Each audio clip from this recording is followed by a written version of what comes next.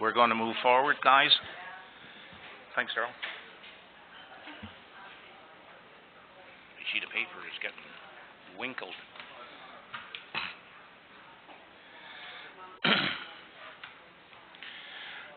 I'd like to call this meeting of September 6th, 2017 to order at 6:01. We'll say the Lord's Prayer.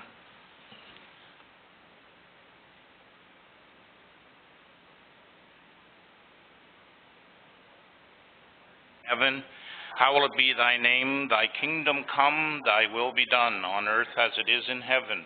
Give us this day our daily bread, and forgive us our trespasses, as we forgive those who trespass against us. And lead us not into temptation, but deliver us from evil. For thine is the kingdom, and the power, and the glory forever and ever. Amen.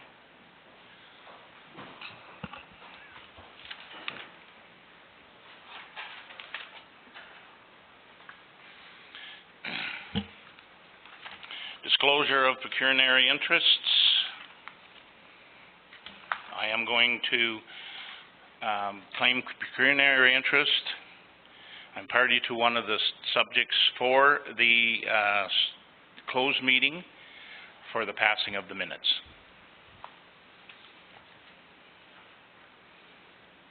Seeing no others, we will move on.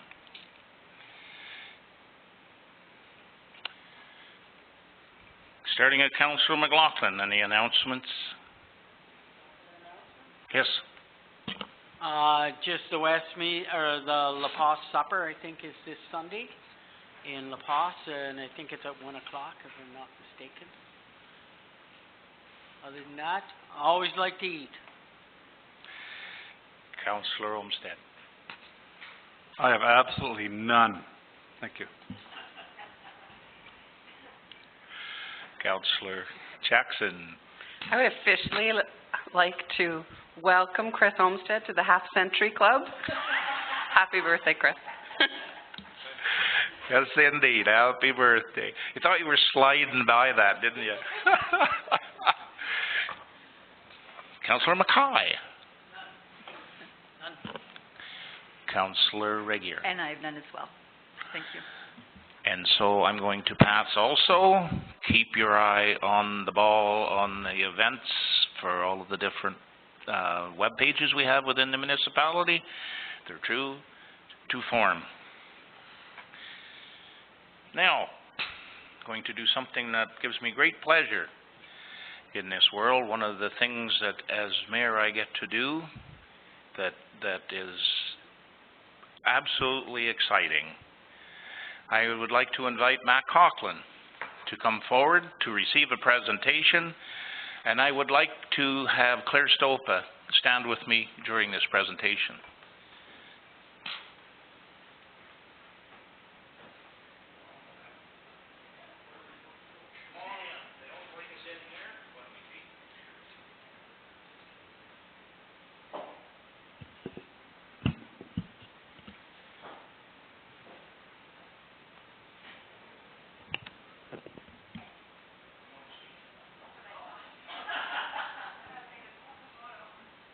Well, we'll take a photo, yeah. 30 years ago, or thereabouts close, Matt Coughlin joined or I think maybe started the Historical Society in Foresters Falls, former Ross.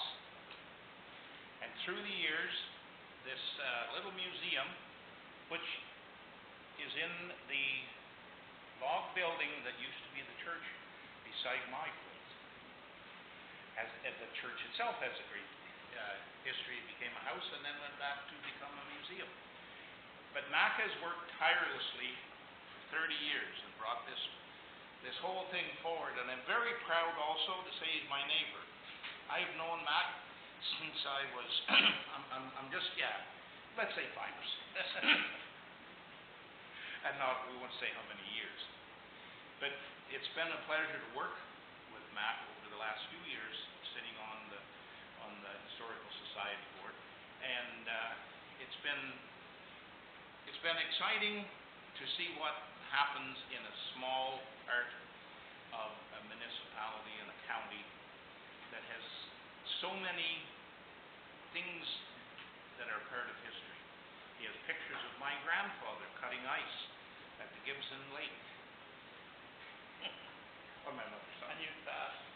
Yeah, for him. Yeah. He looked like me. But these things that we have, volunteers that do great work for many, many years, are things that we need to honor. And this council has chosen to honor our volunteers for their long time service and to recognize how hard they've worked. It's hard to see Macris that retire, but at one point in life you got to go on to other things because you just have to. And so, with a little bit of sadness, I say thanks and welcome to the future and enjoy yourself. And in that, and Claire, who has been at this for years and years and years, is now the president.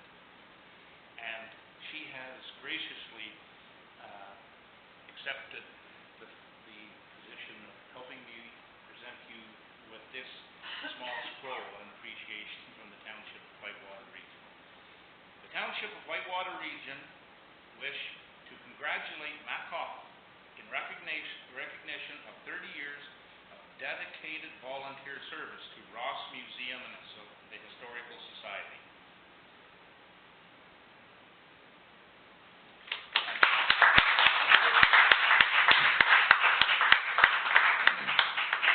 In together, Claire.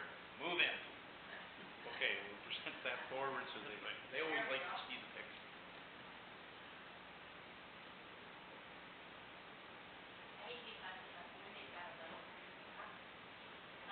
Okay.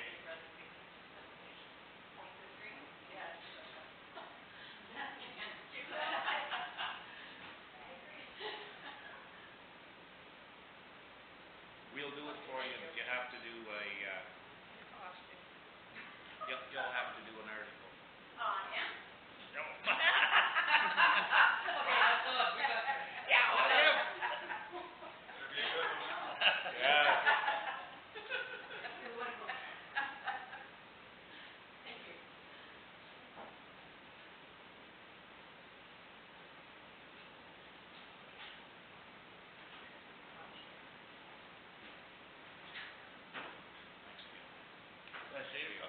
You can say whatever you want. You're on the mic. Step a little bit closer. Just come a wee bit closer so that this picture. It's been a lot of fun in 30 years. It's been a lot of hard work. But worst part is a lot of the guys that helped me, they're not here anymore. Billy Oates, Bert Montgomery, and Blair Black. That's the, but there is a problem. The Historical Society was a society that just did for history, like they were something similar to the Brumley one, where they hold a meeting, bring in speakers, they research history. But you're not really to run a museum. And that's a problem that we have no volunteers to run the museum, and it's going to die. And we put a lot of work into that. It cost us a lot of money and a lot of time and a lot of gas to build that log house and get it the way it is.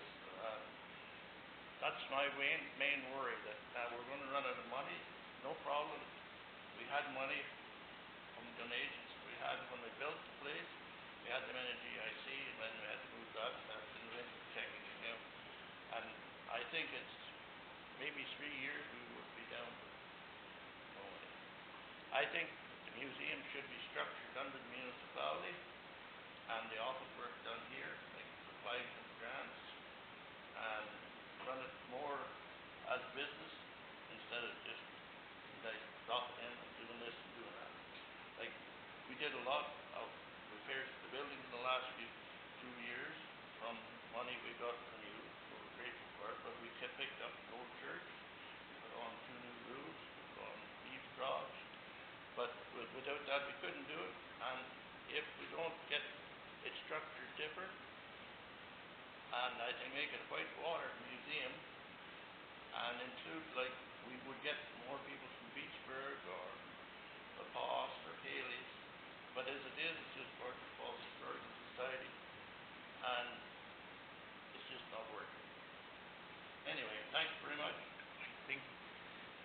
said that, and I think when we look around the room, we will see everybody here got to hear that, and I believe that I don't is like the the direction. blame. I don't No, like the that what blame. you have said is we have to go into the future with a different design to make it work, then that's what we have to do. There's so much grant work and Yep. and it just Claire does it or Laurie does it and Alan does it, the treasurer, but it's not all coordinated tight enough that we know what all know what's going on. I think it's part of the system that we have put in place over the last year, that very good organization from within our council and our staff is just wonderful. I believe we have a way of doing that, Matt, and we will work forward. That would sound good. Yes. If I might not retire, I'm not retiring. I might not retire. I'm not retiring this way. I'm just cutting the cord. Well, there you go. Yeah, that would be appreciated. We will definitely be discussing that obviously. That's good.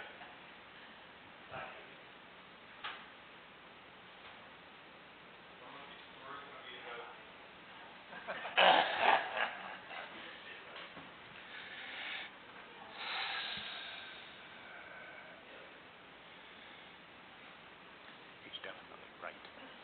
But we have a guy now that we still have to go back to just some supervision, right? All right, we will move forward to Big Brother, Big Sisters of Renfrew. Aaron, you're on. All right, so thank you, Mayor and councillors, for having me today. So my name is Erin Tenian, and I'm the mentoring coordinator at Big Brothers Big Sisters of Renfrew County. And on behalf of Big Brothers Big Sisters Month, which is the month of September, I thought it'd be a great idea to present to council just for you all to become a little bit more familiar with our organization and the kids that we serve, and I guess what we would like from the municipality of Whitewater Region in order for us to succeed in the future.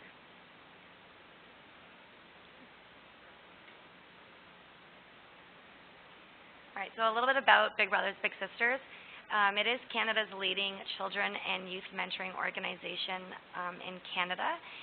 What we do is we facilitate and foster meaningful relationships in order to enhance a child's self-esteem and well-being. The kids that are enrolled in our programs, they might be slightly on a difficult path. They might have issues at home. They might have social skill issues. They might have rocky family dynamics, and they could just really use the exposure of a positive role model to just give them a little bit of extra TLC in order to inspire and empower them to reach their full potential. So we are a satellite office from Big Brothers Big Sisters of Ottawa. But in summary of Big Brothers Big Sisters across Canada, there are currently 36,000 children that are being served by our organization every year. With Ottawa, including Renfrew County, we are sitting around 1,100 children and youth every year. How it worked was back in 1970, in Ottawa, there was only a Big Brothers organization, and in 1973, they developed a Big Sisters organization. So come 2002, Big Brothers Big Sisters of Ottawa was formed, in which they did studies in Renfrew County, seeing if we could bring back the organization, as we've been absent for around 12 years. And so we have now been launched for a little over 2 years, as we launched in May 2015. We are serving around 45 children a year now, in which our first year we only served 13. So we are gradually increasing, but what we are always looking for are volunteers to be matched with the children on our waiting list. What our vision is for Big Brothers Big Sisters is that all children in Renfrew County who are needing a mentor will end up finding a mentor in some capacity. We have numerous programs for the children to be matched with. Not everyone is able to commit to the highest level of volunteering within our organization. So now we've brought to the community 4 programs, which I will explain in the presentation, just so that someone who does want to volunteer but might not have X amount of time, they are able to volunteer in some capacity. So how we get our funding from, so we are a non-for-profit organization. So in the past 3 years from Boston Pizza Foundation, they were giving us adequate funds to be able to get our organization up and running. But besides that, we did Ottawa recently received a grant from the Ontario Trillium Foundation, which trickles down to the Renfrew County office. But as I am the only staff in Renfrew County, it is very difficult to get our programs up and running, our numbers served, our children matched, as well as creating our own fundraising opportunities. So we did do Curl for Kids' Sake for the past 2 years, which was fairly successful, but we are finding that the time and effort put into the event, we're not necessarily getting the most participation in the event. So now we're focusing on delivering our fundraising initiatives in Ottawa, in which we would be able to get more population attending, and which means we can generate more revenue for the Renfrew County office.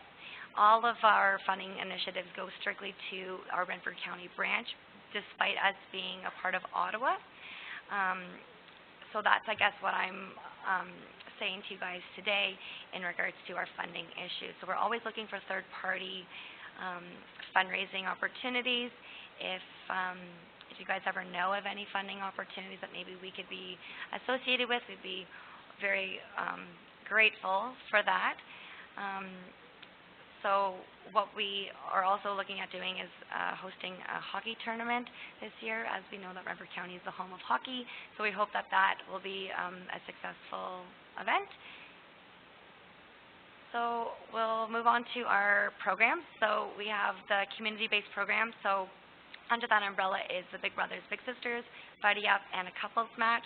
So in this program, all of our children are between the ages of 6 and 16, and as long as a child is matched before their 16th birthday, the match can actually continue until the child turns 18.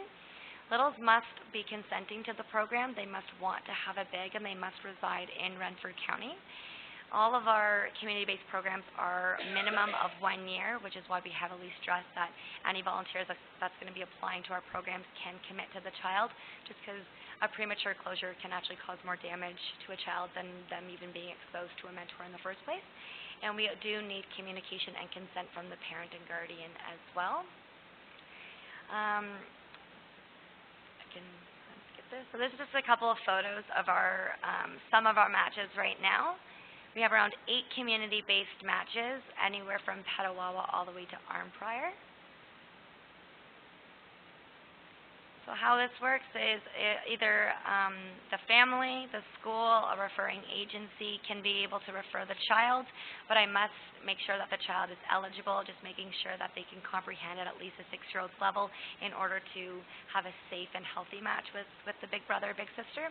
If there's not, if there's joint custody put in place, then we must seek the permission of the other parent, or we are not going to be able to proceed with the match.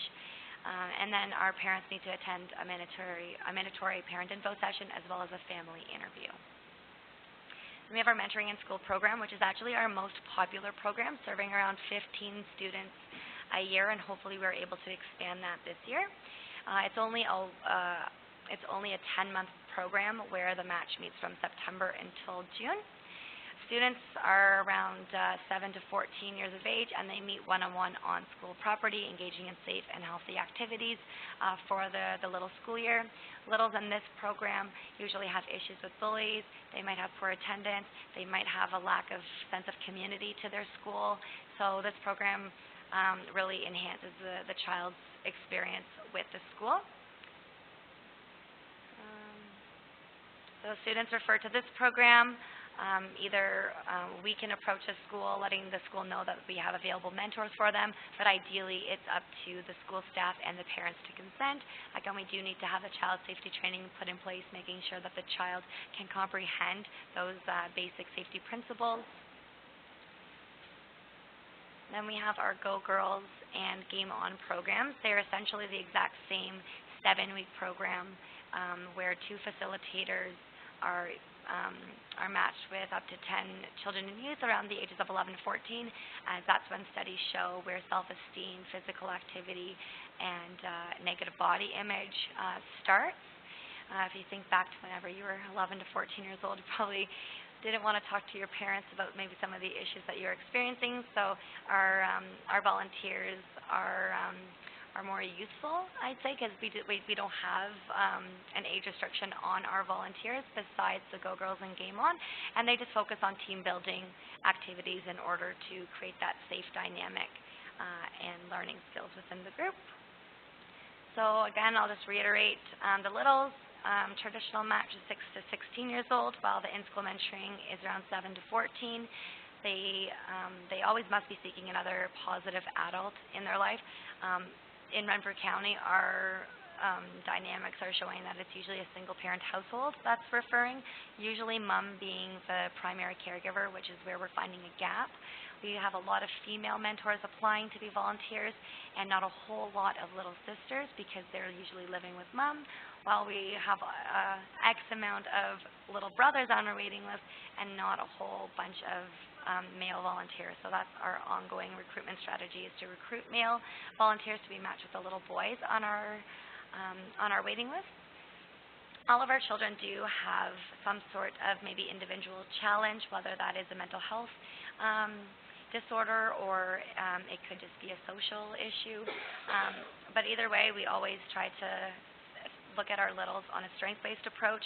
What could be a deficit is very much a strength as well. So that's kind of what we enforce. Some of the benefits for our littles is increased self-confidence and self-esteem, the exposure of having a positive role model in their life, being exposed to new and exciting opportunities and activities. Statistics do show that when they are paired up with a caring adult and they are exposed to that positivity, they are less likely to engage in risky and inappropriate behaviors. They are more likely to stay in school, more likely to volunteer themselves as they get older. For every $1 invested in Big Brothers Big Sisters, around $18 to $23 is invested back into the community in the future. And ultimately, it is a new friendship for the child. So for our mentors, all of our mentors are 18 years and older. Like I said, besides the Game On and Go Girls program, we don't have an age restriction for our volunteers. But all of them do need a vulnerable sector police record check, references, an application, interview, child safety training, and adequate vehicle insurance. And what we're always looking for in our volunteers is the reliability, the non-judgmental, caring, friendly, and ultimately belief in the value of mentoring. So I won't list them all, but there are a lot of benefits for our volunteers. The sense of accomplishment, fulfillment, giving back to our community. Some people do it for getting more experience with children. Maybe it could be for their future careers or their secondary schooling. They could need volunteer opportunities, but ultimately it's a new friendship for them as well. And again, it feels good to give back. So my role, I'm the only staff in Renfrew County, but like I said, we are a satellite office from Ottawa. So my role is to not only do this wonderful public awareness, but I also recruit all the volunteers, enroll all the families, create the matches, make sure that they're all safe and positive throughout. I'm kind of their go-to individual throughout the entire process. And again, really exposing ourselves in the community, just making sure that people are aware of us.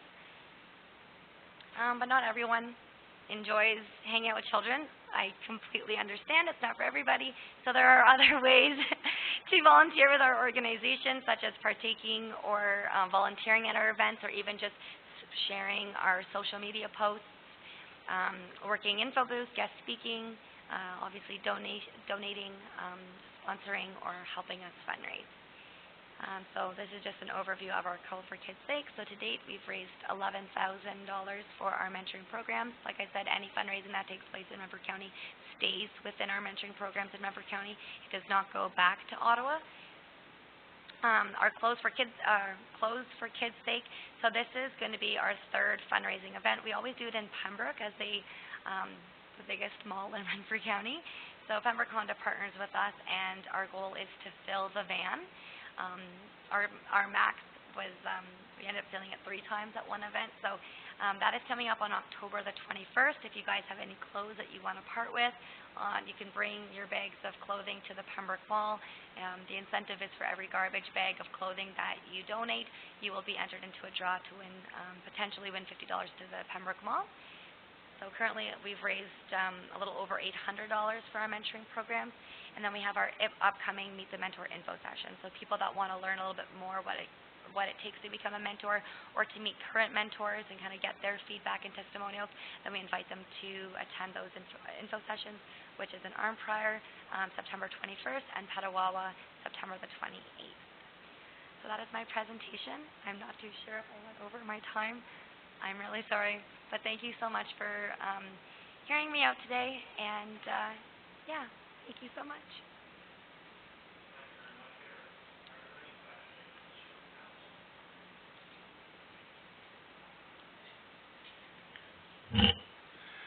Thanks, Erin. Thank you so much. Are any questions from council for Erin?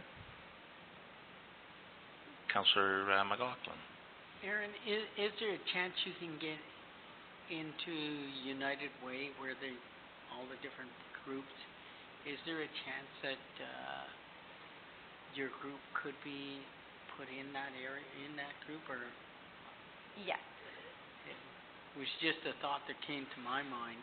Yep, so actually, thank you for your question. So yeah, whenever we were first looking into how we're going to be generating our revenue, we did think about doing United Way. Just with the amount of organizations that are associated with United Way, organizations can sometimes only get maxed up to $5,000. So whenever they did have their blackout period, organizations that were getting funding through United Way was actually not allowed to fundraise during that blackout period. So we thought that we could potentially raise a little bit more on our own without United Way's assistance. We are now going to be going through United Way. Obviously, beggars cannot be choosers. We appreciate anything that we are able to make for our organization. So yes, we are. If we're not receiving funds yet from United Way, we are in the process of being included with them. So yes, thank you for bringing that up. Any other questions from council? No. I have one from myself, and what are you looking at for a mentor for hour-wise and timeline-wise, like times of the week and hours that are basically required to do this? Yeah, so with and I apologize, I must have forgot to include that in the presentation. You may have, I might have missed it, I'm hard of hearing. No worries. So for the Big Brothers Big Sisters program, it is the 1-year commitment, and it's 2 to 4 hours a week. It does not need to be the same day every week, as people have different schedules every week. It's a very flexible program, and it can be as little as 2 hours or the max of 4 hours. Then our mentoring in school program is only once a week, but that program is pretty much like a set day, just because we need to get a permit for the schools to be able to have our matches there. And then our Go Girls and Game On is only 7 weeks, and I did not include the amount of hours, but that program is 2 hours a week for 7 weeks. Okay, now that you've repeated it, you are repeating it. I remember hearing that, yes. That's okay. That's very good. That's clears up some stuff for myself. We have lots of people with really tight agendas for their time.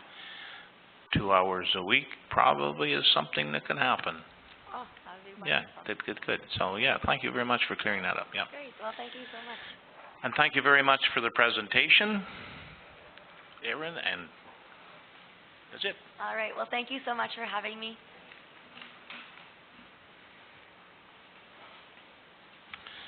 We're going to go on to property and services, and I'm going to claim pecuniary interest for this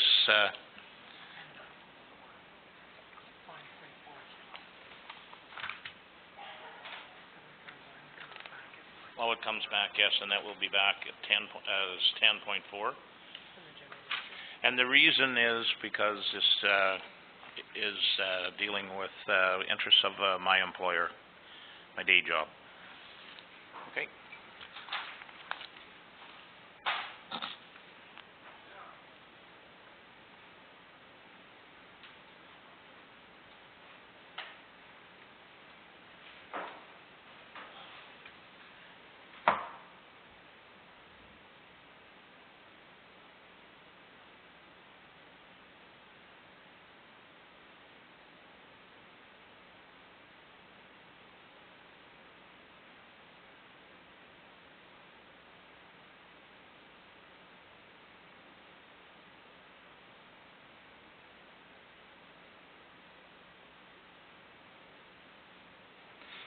Okay, first item on the Building and Property Services Committee is the Wren Subdivision Agreement Extension. Recommendation that Building and Property Services Committee recommend Council of Township of Whitewater Region support the granting of a 1-year extension for the Wren Subdivision Draft Agreement. And a mover, Councillor Mackay, seconder, Councillor McLaughlin. The draft agreement expires in October, so as part of the process, the applicant has to seek the lower tier support, and the extension is provided at the county. So the letter from the applicant was attached to the report, and the actual resolution would follow later in the meeting. Any questions or comments? Seeing none, we'll take a vote. All in favor? Opposed? And that's carried. Second item is the terms of reference. Recommendation that Building and Property Services Committee recommend Council of Township Whitewater Region enact a bylaw to adopt terms of reference for the Building and Property Services Committee. Mover, please. Councillor Rieger, seconder, Councillor Mackay. What we have on here, what we did over the summer was change the standing committees to reflect the new departmental structure. So building and property is essentially everything that Doug does, and then physical services reflective of the new department that's led by Jan and community services, etc. So what we have on each of the standing committees is the terms of reference. Your procedural bylaw, before we amended it when I arrived, spoke about terms of reference for the standing committees, although we never had them. It's not meant to really restrain the committee too much, but it's to give a sense of the general areas of focus. So I won't do this for everyone, but basically the mandate statement is pretty much the same for most. Building and Property Services Committee is a standing committee. It reviews for recommendation to Council reports, policies, projects, and levels of services emanating from the Building and Property Services Committee. So this speaks to your role as Council. And then the areas of focus. And the composition is all members of Council, and it also speaks to the role of the Chair in terms of chairing the meetings, but also being the Council liaison with staff, and also the sounding board. So the person that, as staff, before we come to Council, we have a chat with to say, are we on the right track here on specific items? So that's really the goal of the terms of reference, to clarify, provide some guidance on the areas of focus of each standing committee. Any questions or comments? Seeing none, we'll take a vote. All in favor? Carried. And that's it for the Building and Property Services Committee. We'll go to the Community Services Committee meeting. First item on the agenda is Whitewater Street Strut 2017 final report. Looks like I better take a deep breath here. Recommendation that Community Service Committee recommend Council of the Township of Whitewater Region, number 1, approve a grant to the Muskrat Watershed Council in the amount of $3,000 from the proceeds of the 2017 event. Number 2, approve reinvesting the remaining surplus estimated at $6,136 towards the 2018 edition of the Whitewater Street Strut. Number 3, approve proceeding with the 2018 edition subject to the 2018 budget consideration with the continued involvement of the Street Strut organizing team. And number 4, approve that the 2018 Whitewater Street Strut remain in Cobden for a second year to ensure the staff and planning members have a good handle on logistics. I have a mover. Councillor McLaughlin, a seconder. Councillor Mackay, and Jordan. Thank you. First off, I'd just like to say, wow, what an event. You know, it was well received, I think, by the community, and it was considered to be a success, not only on our bottom line, but once again by the community itself. And we were really fortunate. I think the only day that it didn't rain in July was actually July 15th. So we definitely had favorable weather, and you know, as a result, you always get a good turnout from that. So we were pretty thankful, especially for the kind of the comeback event. You know, we had chatted a lot about a lot of different things post-event, and one of the things that we were pretty surprised with was the amount of people that came out. We had thousands of people come throughout the streets, which was pretty awesome, and you know, brought in people both in the afternoon and the evening. So the feedback on the event was very positive. The organizing team had a post-event debriefing pretty much immediately following the event, and we just kind of talked about a few little things, made some notes to kind of put on the back burner for future years, just to help us out once we open those files again. And as far as kind of promoting the event, we were on a pretty tight timeline, and we went to social media and utilized our social media platforms, and they proved to be pretty successful, where we almost tripled our likes on Facebook, so we were pretty impressed with that. As of right now, we're just, staff is looking to move forward, and we're just looking to get support from council, just so we can start the planning process. Like I mentioned before, we did have some tight timelines, and we'd like to have a little bit more time for planning, should council agree to that. If you look at the financial implications, you'll notice I have the expenses listed there. I won't go through all of them, but you'll see that the bottom line was approximately a little over $66,000 to put this event on. And down on the revenue column, you'll notice that we brought in a total of just over $75,000, which brought us slightly over $9,000 for revenue. We're looking to have a meeting late September, early October type of thing with our organizing team, and kind of move forward and see what happens. Any questions? Yes, Councillor Jackson. So in the analysis of your report, it says the 5,750 was recuperated. So where in the expenses do you show that offsetting? Because the council gave a revenue of 5,750, and you're saying it was recouped. So then, if you took the 5,750 off of the surplus, then it would reduce the overall surplus. So, is it included in the 6,000 that we want to keep towards 2018, or was it? Okay, I understand it was recouped, but we haven't really recouped it unless we take it back out. Yes, so just in response to your question, it's in the sense of the $6,100,000 that would be remaining after we provided the $3,000 to the Watershed Council. So in that sense, and what we're encouraging us to do is just set some money aside, if not that amount, some amount that we wouldn't have to put in any money in 2018, that we would be able to continue with that original investment of $5,700 or $5,000 or $6,100, just so that we have a bit of a nest egg to keep us going for next year. So not recuperated in the accounting standpoint, but recuperated in the clerk standpoint of setting it aside for 2018. For 2018. Yeah, I just wanted to clarify that because I wasn't seeing it in the expense section. And thank you for providing the number of hours, volunteer hours, and staff hours, and if we took that into consideration, then we would still receive a surplus for the event, but it would be much less than the overall $9,000 of surplus. But you know, if it wasn't for the volunteers and the staff volunteering and the bank time, we certainly wouldn't see this kind of a surplus. So I think that all has to be taken into consideration, because time off in lieu is still time, it's still money. So I think we need to understand that as well. It's still money towards the township that's being cost to the township, because it means that that person's day is away and isn't getting function. So next year I'd like to see that all included for the hours, just the overtime hours, not your day-to-day, because that's what you were hired to do. Was to do stuff like this. So those hours are in your day-to-day hours of doing your job and some of the other staff, but it's the overtime hours that should really be included. Councillor McLaughlin?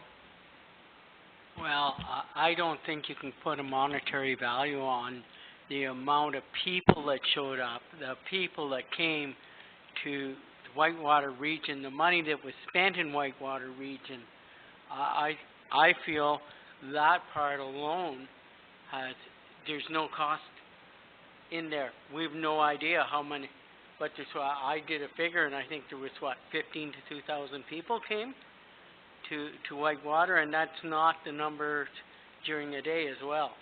So when you come, you don't come for nothing. You spend money. So there was money brought into the community as well. So I understand there was volunteer hours and all that, but the money and to me, the promoting our township, you can't put a value on that. Any other questions? Mayor? In your proposal, you're saying that you'd like to return it to Cobden next year. And because we were advertising through this whole scenario that we were going to move it around the township, I think we would be wise to explain why we aren't moving it and try and involve the other communities more so, if we can at all, in volunteering. Because I think that's the whole intent, was to involve the entire township, and I'm sure that that was part and parcel of the last one also. I'm going to say congratulations, because we started out with an idea. Gentleman sitting here started out with, okay, I want to bring this up, and you're just not going to believe what I'm going to suggest, right, Chris? And it was pulled off in record time. Things were arranged, and Jordan, you came on board just shortly after, and you deserve a real big pat in the back. All of our staff worked hard and were dedicated to the cause.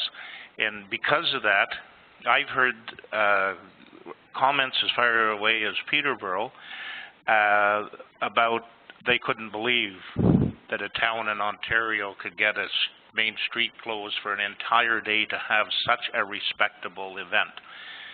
And so everybody that has spoken here has points that are logical, and finances have to be, we have to, no matter whether we think it's necessary or not, we do have to justify everything we do. And so I agree with Charlene, and I definitely agree with Darrell. But thanks. Maybe I'll hopefully wrap it up if there's no more questions after this. Just as the committee chair, it was certainly an idea that the Reeve and I together came up with. So Terry deserves a lot of credit for coming up with this. And thank God Jordan came along. Otherwise, I don't know what we would have done, but Jordan turned the event into a first-class event for sure. We didn't think of half the things that Jordan had come up with, so hats off to Jordan. As far as the balance sheet goes, the event was meant to be a break-even event, and if there was funds left over, then we would look at donating. Otherwise, you know, I know that if you wanted to go see this band in Ottawa, it cost you $85 the night before. And you know, so we were trying to put on a very cost-friendly event for the public. It was really meant to be part of our Canada 150 celebration. So for us to actually make money on doing the celebration, it's a bit of a win, not the intent. So I think the exposure we got for the value, and as Councillor McLaughlin said, the exposure the township received was fantastic. And Jordan helped bring us into the new era of Facebook and Twitter, and I don't know what all the other things there are out there. Lastly, as far as different venues, we have talked about it. We felt that for next year, because we were on such a tight timeline this year and things worked out really well, you know, security-wise, there wasn't even an argument that day. So we figured there was between 4,000 and 5,000 people during the entire day through the area, and to not have a hiccup was really remarkable. As far as looking at the other areas, Forces Falls, Westmeath, Beachburg, what we're looking to do is go to those communities and help them with their own event. So, for instance, the Beachburg Jam is an event that maybe we can build on. Westmeath had the tour to Whitewater this year, so perhaps that's an event we can build on. Down in Forces Falls, they had the pick and ride, I think it was, where it was a bluegrass. A lot of you guys didn't even know about it, right?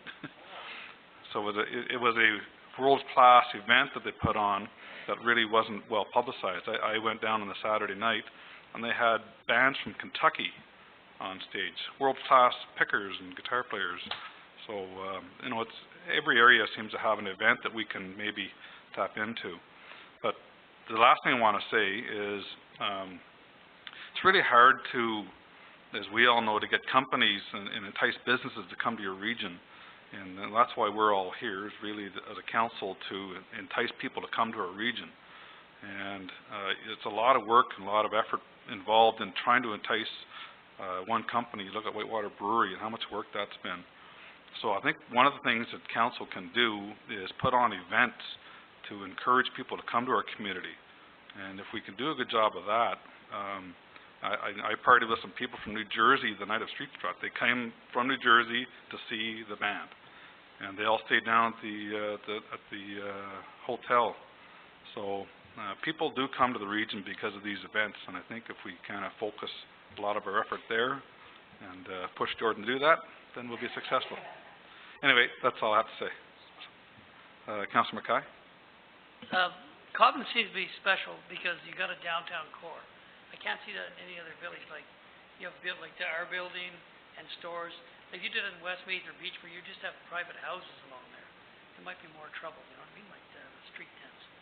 Maybe not, but like Cobden seems to be set up better for that, you know?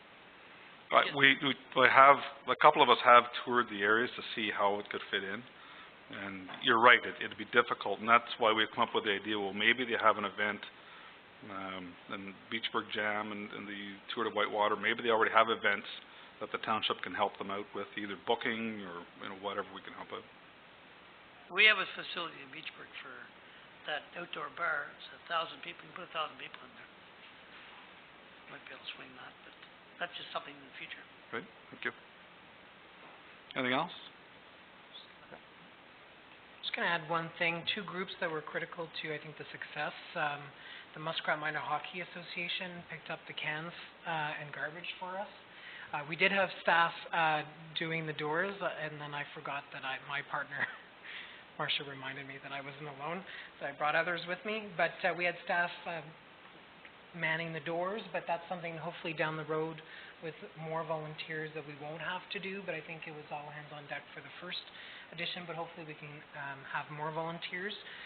The other group that came on board and was very necessary to our success was the Civitan Club. So in talking with staff, I know the original recommendation was 6,000 in reserve for next year, but I would, if I can make this recommendation, that I believe that 5,000 is probably sufficient as a nest egg, and whether council wants to entertain potentially giving a $500 grant to each of the Civitan Club and the Muskrat Minor Hockey Association, which participated, were full-blown partners, and I think to encourage their ongoing participation and involvement in the event, it might be a good way to give back for their giving back to the success of this event.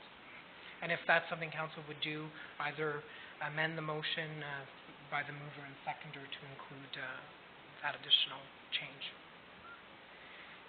Maybe just a 10-second add to that. I think now that we have this under our belt and we actually know what expenses and revenues could look like for this event, I think that it'd be prudent to go ahead and do that. If the mover's okay with that? Councillor McLaughlin and Councillor Mackay. Okay, so we'll make that change then.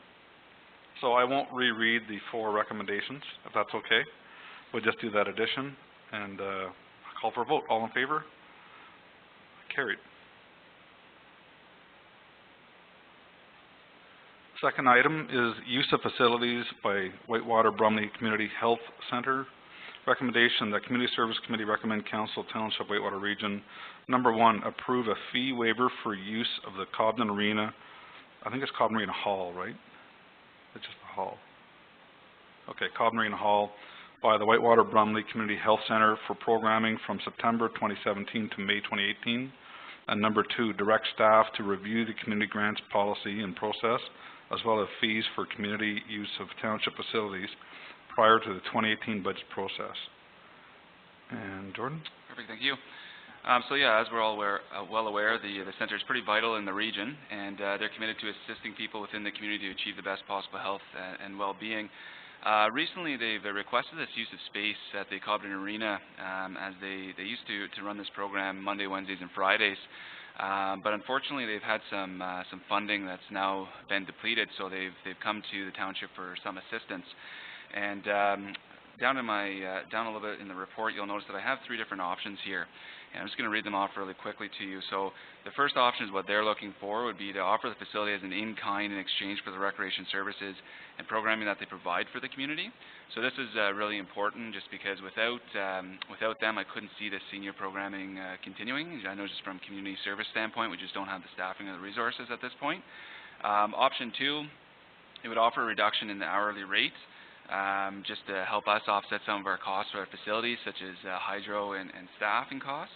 And then, of course, option 3 would be continue charging regular user fees based on last year's hourly rate of $30. Any questions? Councillor McLaughlin? I'm just wondering, Jordan, you probably wouldn't have a figure, but what would, just to recoup our costs, that's all I'm thinking. I don't want to make any money, but I think if we have to pay people to clean it, plus there's the hydro, just enough, if we could find a figure that would just recoup the cost. That's all I'm thinking. I'm certainly not into, and I certainly would be willing to reduce the cost, but I think that we should be thinking we need to recoup our costs, and that's just my thought. Let the CAO answer that, please. I think what we would have to do is charge the fee that's in the bylaw unless we're looking at our fees and charges. There are a number of things that we provide that sometimes we provide a fee and sometimes we don't, so consistent use of fees. That's why we included the second recommendation, because I think we need to just get a better handle of that and a process in place. It doesn't mean that we don't provide fee waivers or we don't provide a reduced fee. It just means that we're consistent in that approach. So that's why we're asking for direction for us to review the community grants policy and process, and that a component of that looks at fees for community use, including fee waivers. What we believe is that either we charge the current fee or we say for this program that's going to run from September 2017 to May 2018 that we provide it free of charge, but that we do the homework necessary to ensure that we're charging on a consistent basis. We have people, for instance, the hall here, which really there are no added costs for during the day use of it because we're here. Sometimes some groups have it free of charge for historical use, other groups have to pay. So I think it's the hall, now that the arenas are under our charge, bring a series of other users, but we have the same issue with the hall downstairs here. Sometimes we charge, sometimes we don't. So we need a consistent process. Councillor Jackson. Oh, sorry. I think the mayor did have his hand up before. Yes, I would definitely be in favor of option 2 because we know you're going to come up with a fair rate, and I don't think that we can probably do that in that facility for free, but we should be good to our seniors.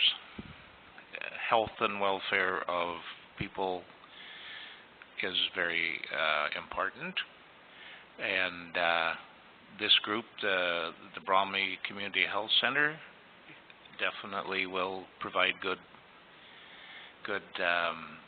programs, I believe. You said the word seniors.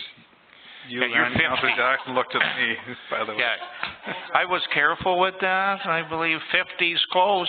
I think there's provinces that would allow you a cheaper rate at a hotel if you can't remember how long you're staying. At AMO, they said you're not allowed to use the word seniors anymore. It's now elders, by the way. Elders? I take offense to that. I'm phoning them. Councillor Jackson?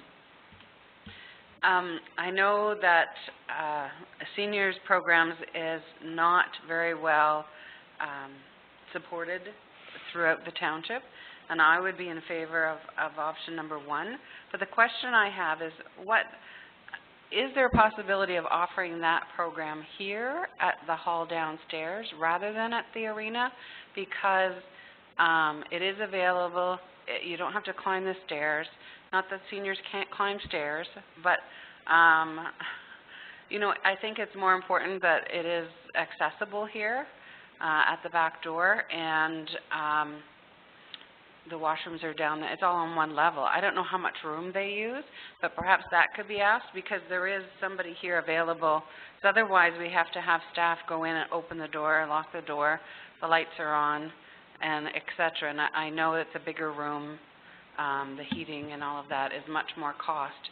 We're looking at a cost equalization. It's going to be much more than $30 an hour for that. But I would be in favor of free of charge for the seniors, and I'd also be in favor of checking out to see whether or not we could offer that same service here rather than at the arena. It'd be worth a try. Harsha? If council and chair would allow Connie, just so that she could speak on behalf of that to Charlene, if you'd like. You'd have to come forward, use the mic though, please.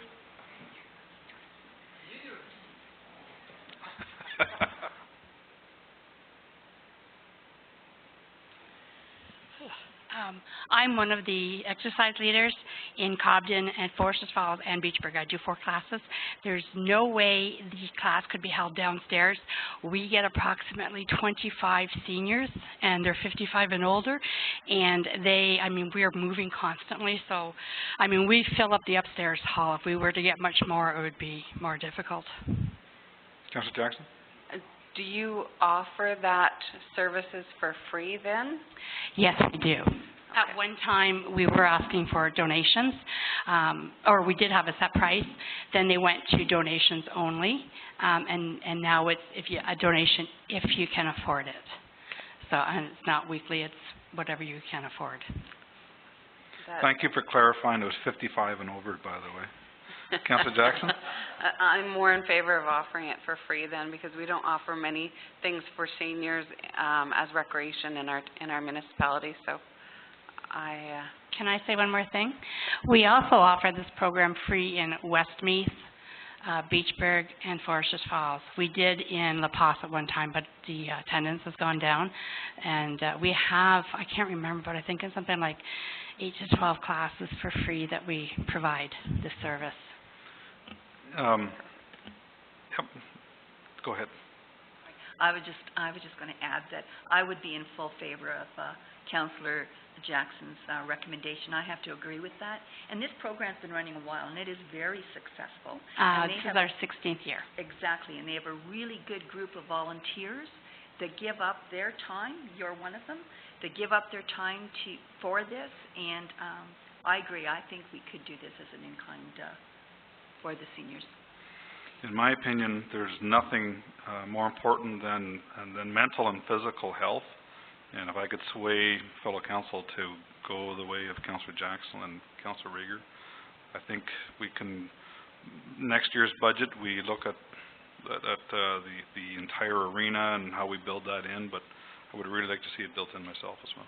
I'd just like to say one more thing, because I think it's very important. We provide low mobility and high mobility. So this is for people who have to use a chair and they can stand, and then we do offer just the class for people to stand and do the exercise. So we aren't ignoring any of our seniors. They're all allowed to come and have fun. Would it be as much a social activity as it is a exercise? Yes, actually at times we have to tell the participants to stop talking so they can listen to us. But yeah, they go for coffee afterwards, and yeah, it's a great time. Okay, we better vote quick now that we got them on board. We need a mover and a second on first. Mover, or do you want to speak? Yeah, Councillor McLaughlin. And I think we can't put a value on health, and having these seniors all mobile and out there and doing exercises, it keeps them out of the hospitals as well. So I wasn't aware that every other area that this was offered was free. So when I hear that, I change. But I also think we need to look at, as just don't put it on a back burner, but get the clerk and to check out just a reasonable recoup cost. But if the rest of the areas do it for free and it keeps our seniors out and mobile and active, then I can quite well agree with, Councillor Jackson. It keeps them out of trouble too. Yeah. So Councillor Jackson moved it, Councillor Rieger seconded it. All in favor? And that's carried. Third item, Vimy Oak Tree. Recommendation, the Community Service Committee recommend Council of the Township Whitewater Region approve the placement of a commemorative Vimy Oak Tree in partnership with the County of Renfrew at the Westmeath Cenotaph. And is this you, Jordan? Mover? The Mayor, seconder, Councillor Jackson. Jordan can definitely speak on it. Before I wrote the report, and I wouldn't put him through that, but I'm sure we've chatted about it. So the County of Renfrew, as part of the 100th year of Vimy, there's a program through the foundation where they're repatriating some of the oaks back to Vimy, but there's also commemorative planting across Canada. And Renfrew County did all the legwork, but wanted us to select a site in our township that would be suitable. Because of the activity happening at the Veterans Memorial Park, as you know, the Cenotaph, there's been the playground equipment and other things going on. We looked at Westmeath Cenotaph to see if it would be fine. It is high visible, high traffic with the ballpark and the arena and the fire hall across the way, and it did meet the requirements, and it was granted by the foundation and through the county's work. So if council agrees, it's to then staff would get the tree from the county and plant it at the Cenotaph in Westmeath. Questions? Councillor McLaughlin. If for some reason something happens to the tree, do they replace it? Do you know? I'm not aware. They are a very special tree based on kind of somebody brought back not a sapling but a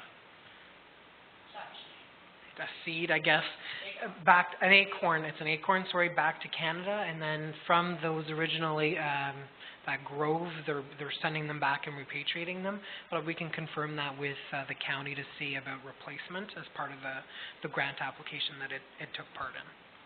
Yeah, continue.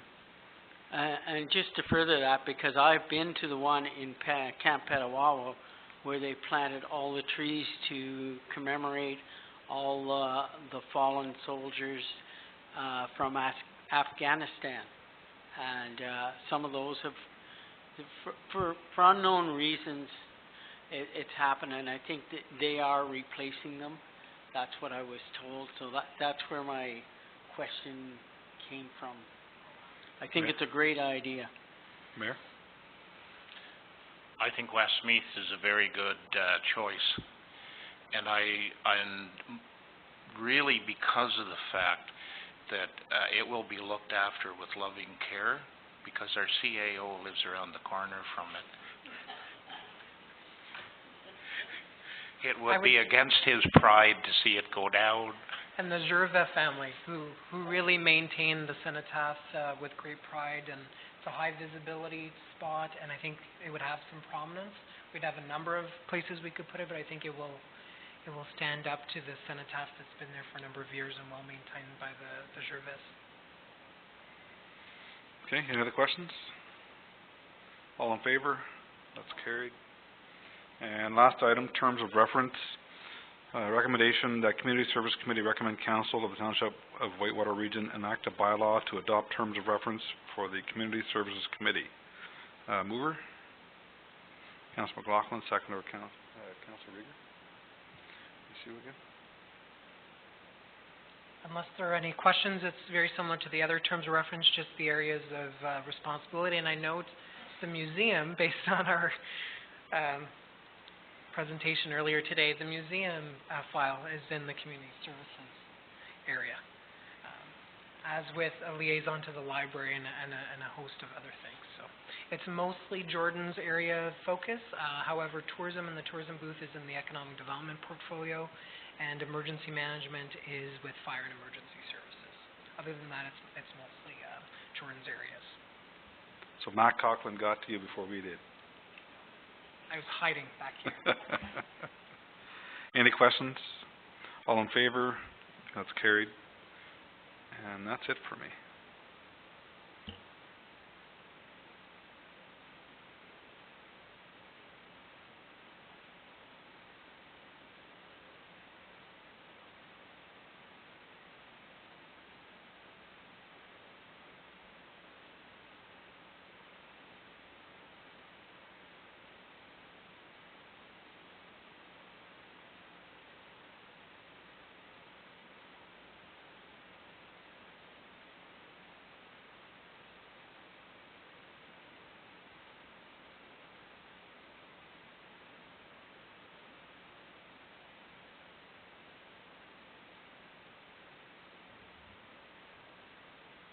Okay, we'll bring the Corporate Services Committee meeting to order here, and we will start off.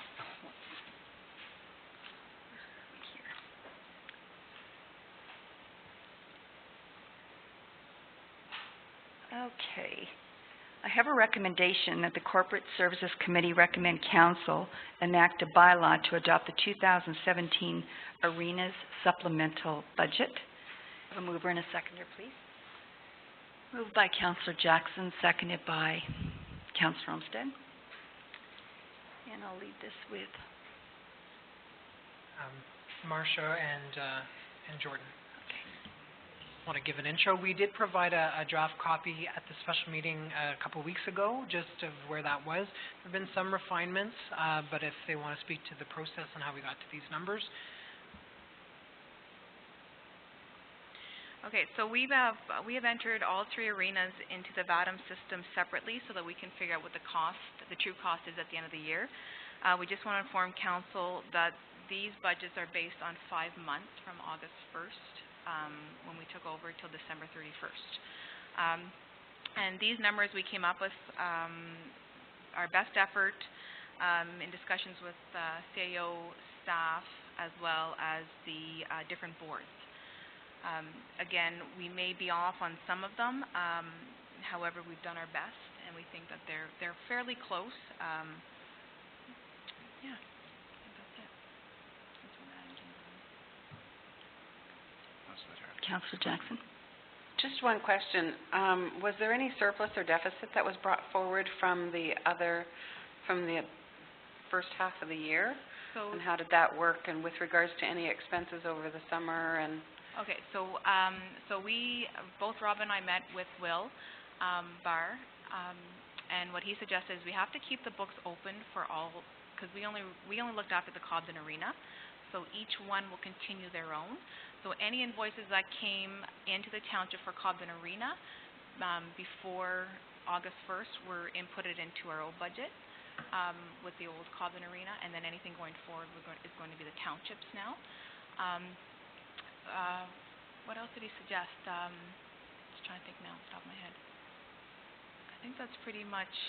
And in the case of Beachburg and Westmeath, they continue. They're not-for-profits that we did not have their books, and their books were not reconciled in our financial statements, but they continue their operations. So a lot of their, especially in Beachburg, a lot of their operational costs are now borne by us.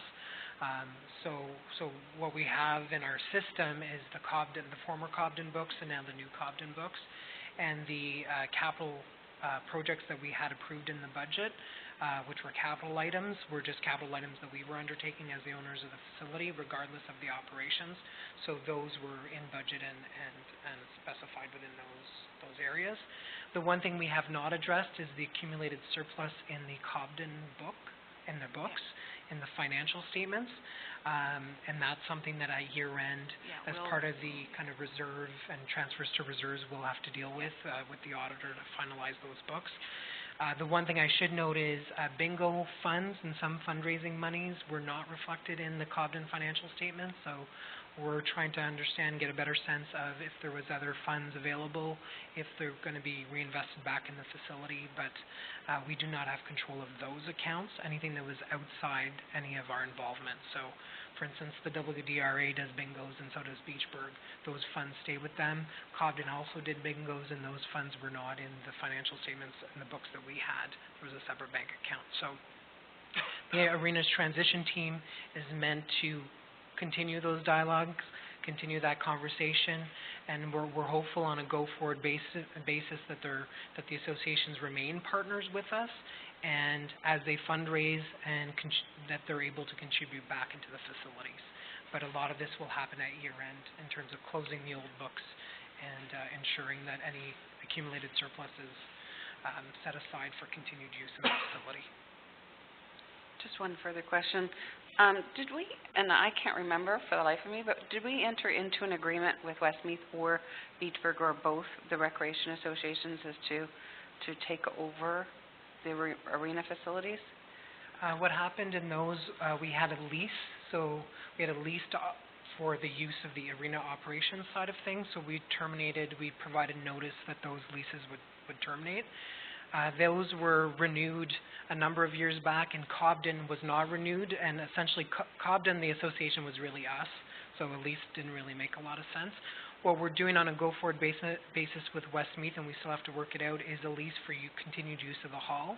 The WDRA will continue to operate the hall, and we will enter into a long-term, we're hoping a 10-year lease to just clarify hydro and how we're going to work together on an ongoing basis. But our relationship, there's no kind of formal document with Beachburg because we're assuming operation of the arena. Okay, thank you. Any other questions? Okay. Do we have to call for a vote for that? Okay. And then the bylaw will come back in 2 weeks. So we'll look for a vote on that, please. All those in favor? That is carried. Thank you. Next on the agenda is a report of the tile drain loan applications. And there is a recommendation that Corporate Services Committee recommend Council of the Township of Whitewater Region. Number 1, approve a tile drain loan application for Valley Bio Limited in the amount of $37,500 for approximately 20 hectares on Westmeath Concession 2, Part Lot 1. Item number 2, approve a tile drain loan application for Barry Gould in the amount of $50,250 for 30 acres on Ross Concession 7, South Part Lot 22. And item 3, approve a tile drain loan application for Colin Delorier in the amount of $36,000 for 16 hectares on Westmeath Concession 4, CLF Lot 2. Could I have a mover and a seconder, please? Moved by Councillor Jackson, seconded by Councillor McLaughlin. Okay, Marcia? Okay, just a little bit of background on the tile drains. They're common land improvement for the farmers of Ontario for their crops. They have an eligibility up to 75% of the value of the tile drainage work, and the interest rate is a 6% fixed rate. It's the full term of the loan.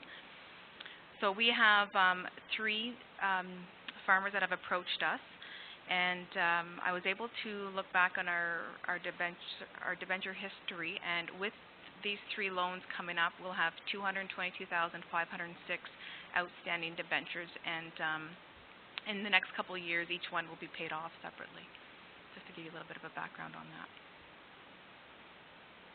Any comments or questions? Councillor McLaughlin? This comes from funding that we apply for every year. Am I not correct on that one? Not apply for every year, it just depends. We have, in 2016, we passed a bylaw that we can get loans up to $300,000 through a MAFRA. So if a farmer comes up to the township office to apply, then we have to bring it to council to be approved. And then if so, then we get the check, and then we go into a bylaw with the farmer, with the installment due dates and whatnot. So in layman's language, the money is applied by the farmer to the township then applies to a MAFRA. And a MAFRA then forwards the money, and we forward it to the farmer. Yes, and then we bill them on our tax bill. Yes. Once a year, We recoup it over the year. That's right. Over is it over 20 years? 10. 10 years. 10 years. Okay. Yeah, and they can pay it off at any time, but the interest rate is based on that 10 years. Yeah, I was pretty sure that's how it worked. I just wanted to make sure. And I thought we had a certain amount, but we don't. We've 300,000. We have them, yes. And we can then reapply for more after that 300,000 is used up? Yes. Okay, it's great. Councillor McKay? I'm sure you told me what was the interest rate on that again? 6%. No, it's not that good. No. Any other questions or comments? Then I'll call for a vote. All those in favor? That is carried. Thank you.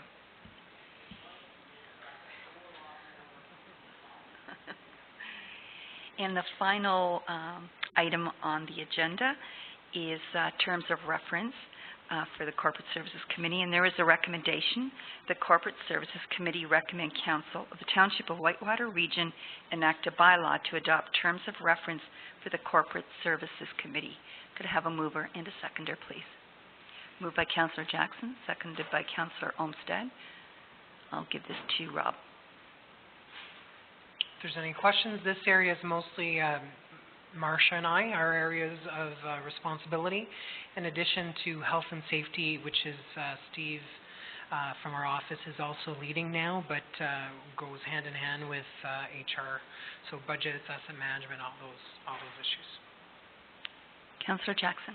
I guess just one question. Why do we point out Physical Services Department? Because there's health and safety throughout the whole...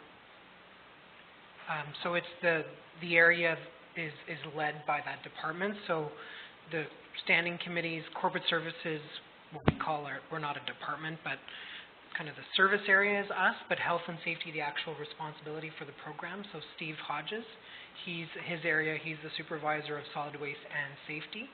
So it's health and safety corporate-wide, but it's led, that service area is led in physical services.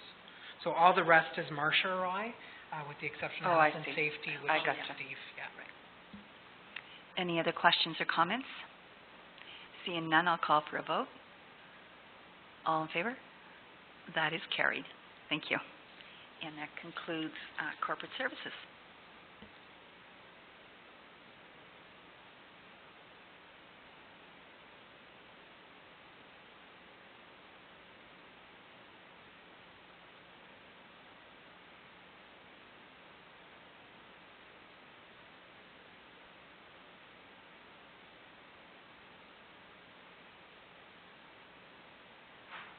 Economic development and tourism.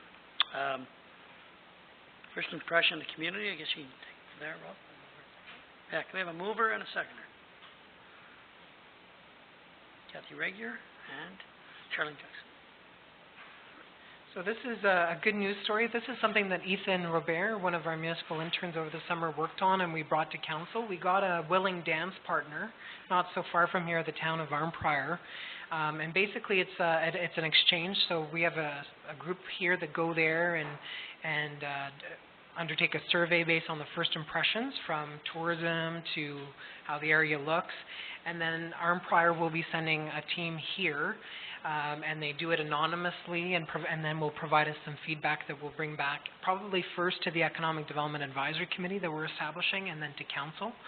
And it'll give us just a good understanding and a list of some of the things maybe that we want to invest in later on. So we're bringing together, we're trying to get youth, seniors, older adults to participate in the program.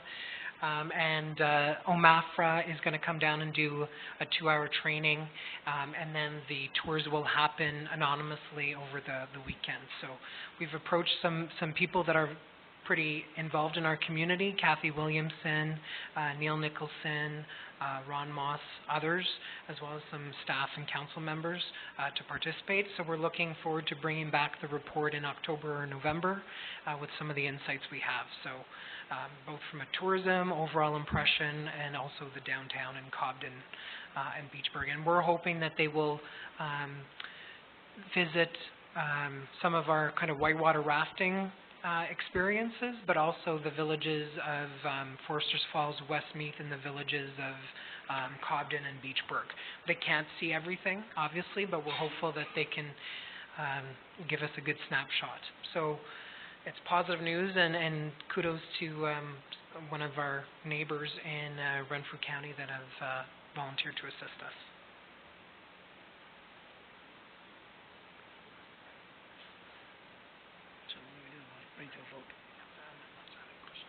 Any questions? Seeing none, I'll call for a vote. All in favor? All right. My first time, I'm so excited. Oh, no, we have two more. What? That's it for that item. Oh, okay, I was leaving, I was leaving. Hey, my first day on the new job. So what are we doing now? You're doing the one just before.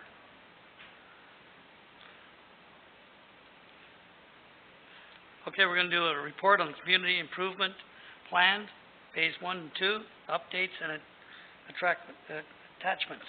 Okay.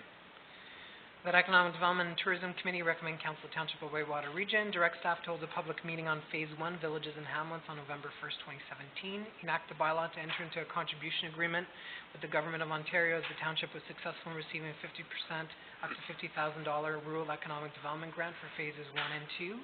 And direct staff to issue a request for proposals for completion of Phase 2, Township-wide programs for brownfields, waterfront, shoreline, agriculture redevelopment, including an amendment to the County of Renfrew official plan. Can I get a mover and seconder? Mayor Johnson, Darryl McLaughlin.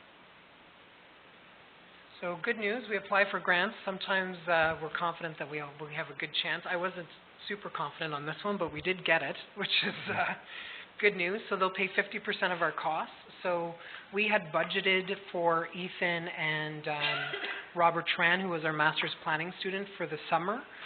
This grant, because it took some time for them to review them, is effective as of July 24th. So 50% of the cost of Ethan and Robert's time with us will be covered under this grant. The other part of it, and what Robert worked on was the very traditional facade-based CIP stuff in villages and hamlets. But the next phase, the township-wide programs for brownfields, anything that we can do for waterfront, shoreline, septic, and also value-added agriculture is kind of beyond the scope of what a planning student can do.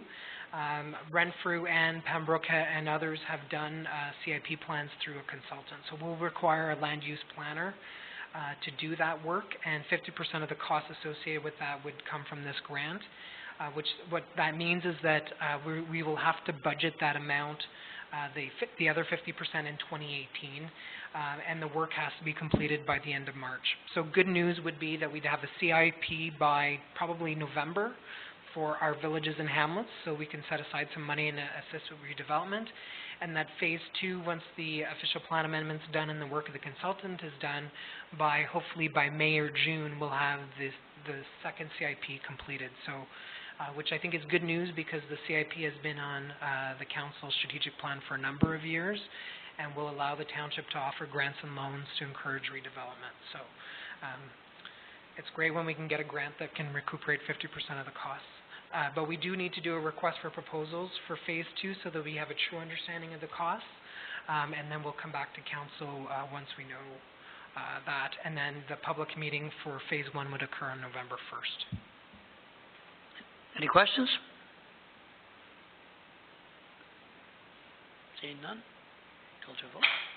All in favor? Carried. Okay, can I go now? Oh yeah, we're doing terms of reference.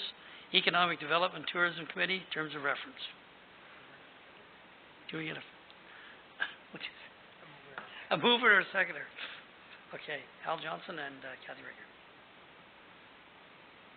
So this one's a little bit more brief. So it's tourism, economic development, the industrial park, as well as overall growth and business attraction, and community improvement planning, so what we're doing with the CIP. Once we have a full CIP in place, then there will be a granting process, and then there will be grants that will have to be adjudicated, and then those reports will come through this committee as well. All in favor? Passed. Can I go now? Okay. Thank you. That concludes the Development Tourism Committee.